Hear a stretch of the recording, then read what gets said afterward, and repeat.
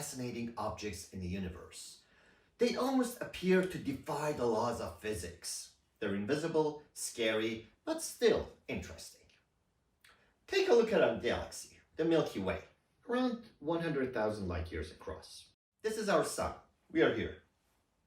We're about 26,000 light years from the center. As you can see, the center of the galaxy is brighter than the rest of it. To find out why, let's go there.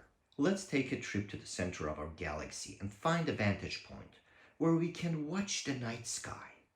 We'd see millions of stars packed in the sky, 1,000 times more than what we see here on Earth.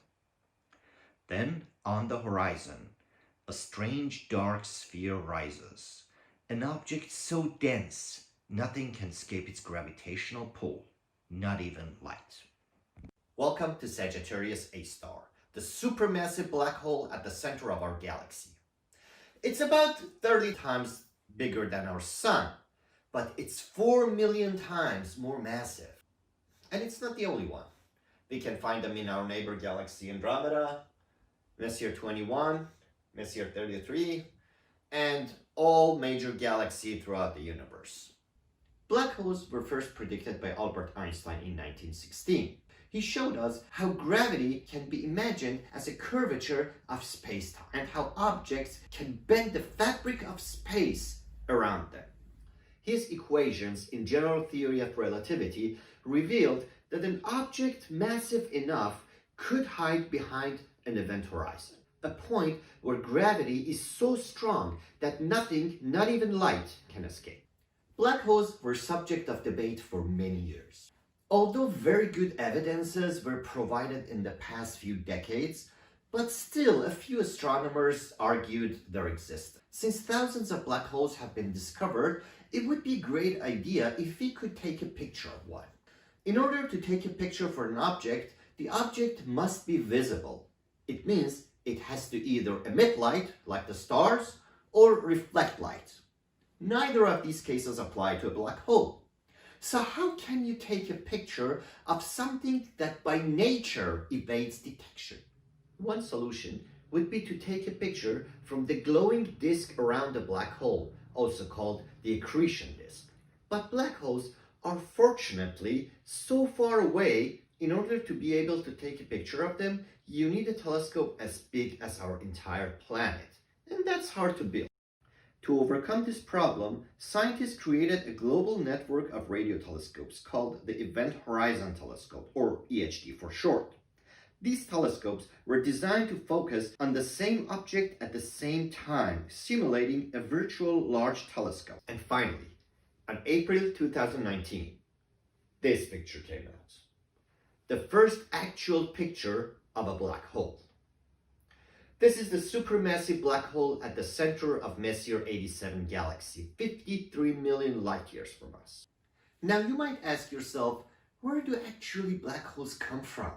How do they form? What happens if we get too close? Or how do they end? Before we can address any of these questions, first we have to understand how stars work. Stars are a massive collection of mostly hydrogen atoms that form from a dense cloud of gas under their own gravity. As gravity pulls more and more gas inwards, the gas gets hotter and denser until it gets so hot that triggers a nuclear fusion and the star is born. If we could open up a star and look all the way down to its core, we'd see how extreme pressure and temperature fuses hydrogen atoms into helium, releasing a tremendous amount of energy in the form of radiation. This radiation pushes back against gravity, holding the star in balance. As long as there's fusion in the core, the star remains stable. But what happens if the star runs out of fuel and has no hydrogen more to fuse? That's the stage where the star starts fusing helium into heavier elements like carbon. Carbon fuses then into neon, neon into oxygen, oxygen into silicon, and silicon into iron. By the time star reaches iron, it's doomed.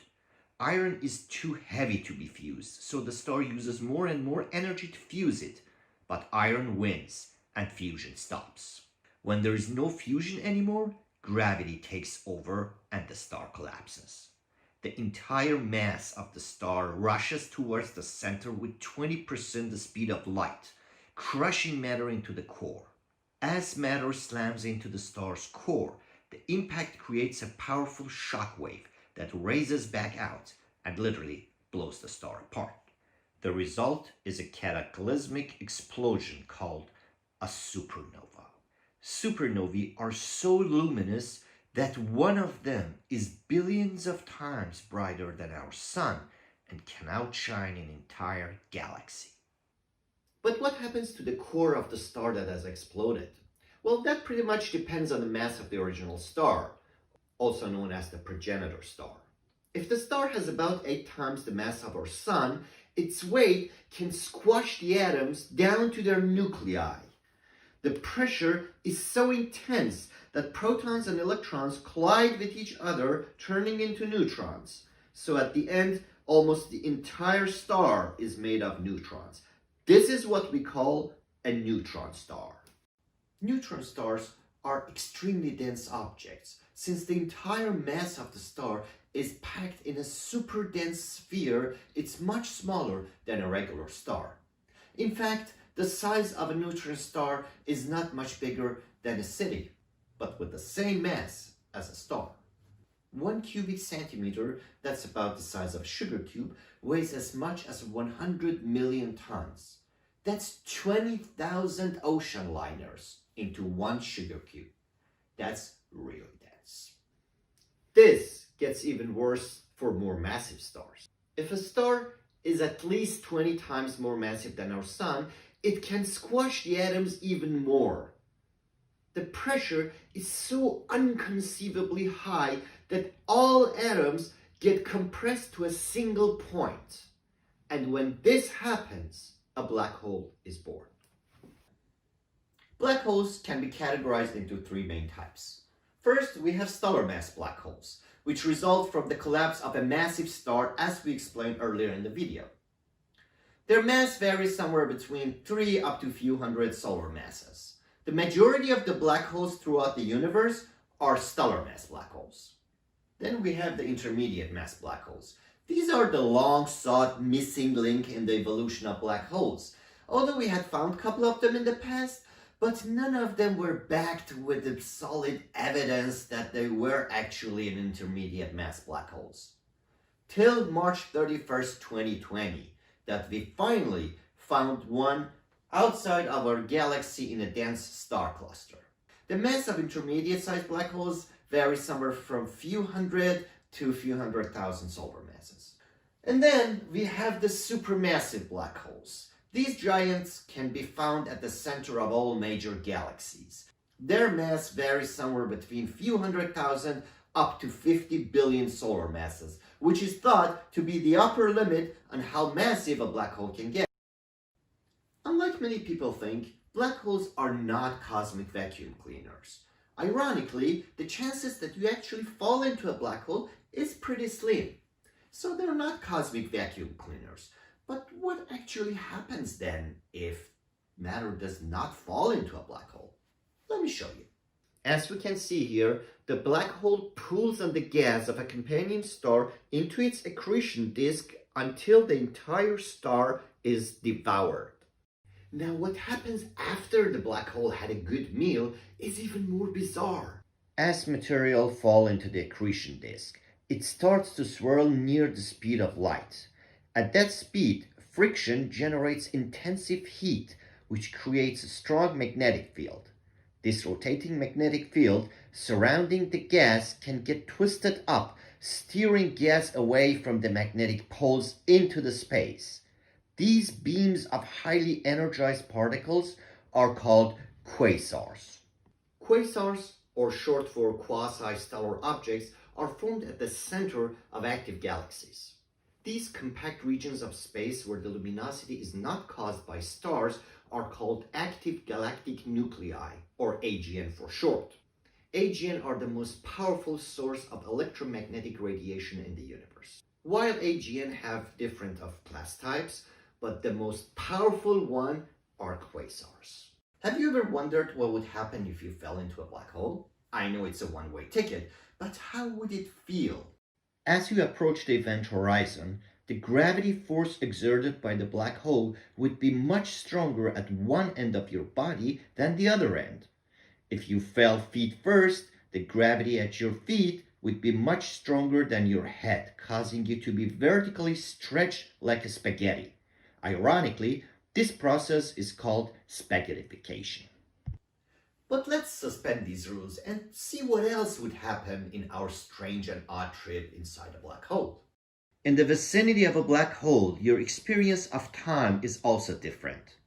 From the outside viewer who is watching, you seem to slow down as you approach the event horizon, and your spacesuit would appear to get redder, and right before you enter the black hole, you would seem to stop, while from your perspective, everything feels normal.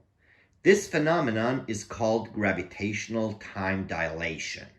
General theory of relativity showed us how time runs slower for someone who's closer to a source of gravity than someone who's farther away.